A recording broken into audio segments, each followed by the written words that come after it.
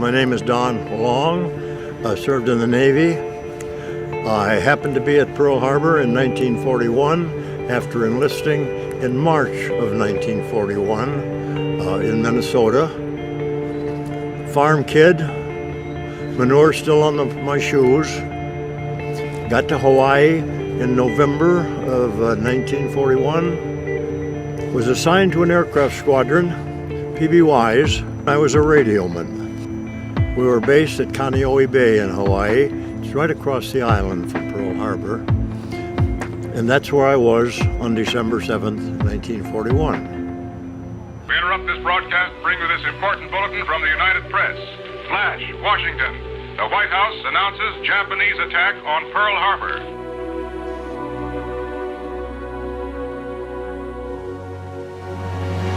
December 7th, 1941,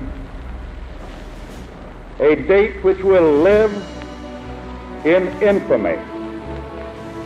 The United States of America was suddenly and deliberately attacked.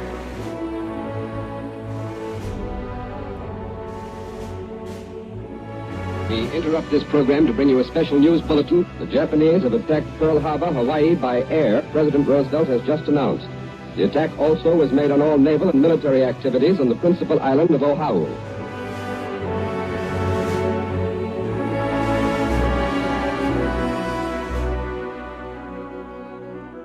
I'd finished radio school in Alameda and got assigned to Hawaii, which of course I think was every young farm boy's dream in those days.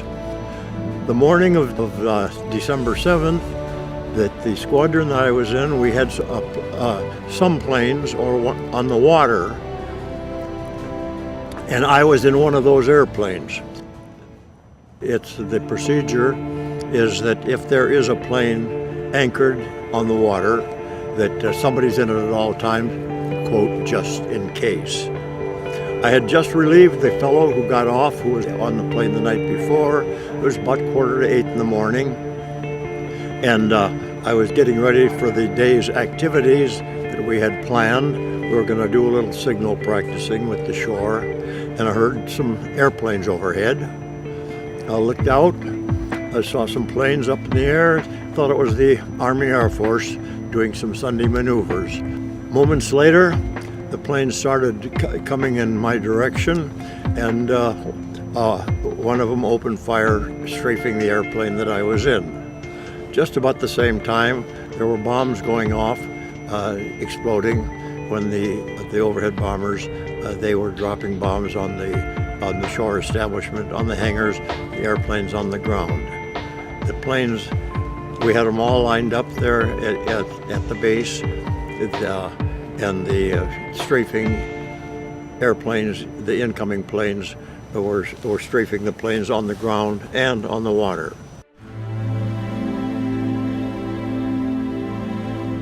The plane that I was in was hit, I'm going to say almost instantly. It burst into flame. The gas tanks did not have bulletproof rubber liners in them in those days, and the plane and everything was immediately engulfed in fire. I just happened to be in the middle of it. I can recall seeing the little spouts of water shooting up where the bullets went through the bottom of the plane. This was on my way trying to get out, which I did.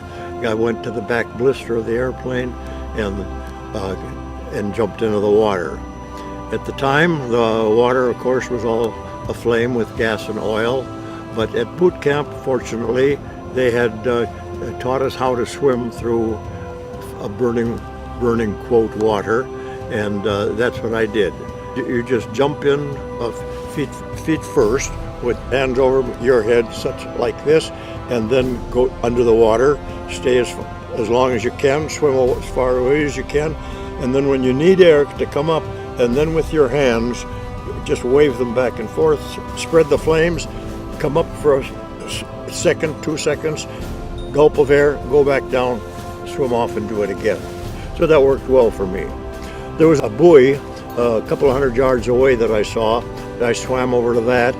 My logic at the time, I can recall, was that I thought if they would try to strafe me in the water if they saw me, that I could climb under that buoy, and I thought I might be protected. That never happened. I want to add that there was never any action at me directly. They were attacking the planes and the hangars, but I didn't see anything that I thought was coming after me as an individual. A little while later, I noted a boat was coming out from the shore, and they were out there looking for survivors, and they came over and picked me up. Fortunately for me, but unfortunately for the other guys, I was the only one that did survive the strafing of the planes that were on the water and stuff. Fast forward 75 years. 2 years ago, I was invited to go back to Pearl Harbor. I had been there before, but I invited to go back with a group for the 75th Pearl Harbor anniversary. It incidentally put in a plug for the Greatest Foundation. They were the ones that took us back there, and it was a very memorable trip. This year, I've been asked to participate in a ceremony in Concord.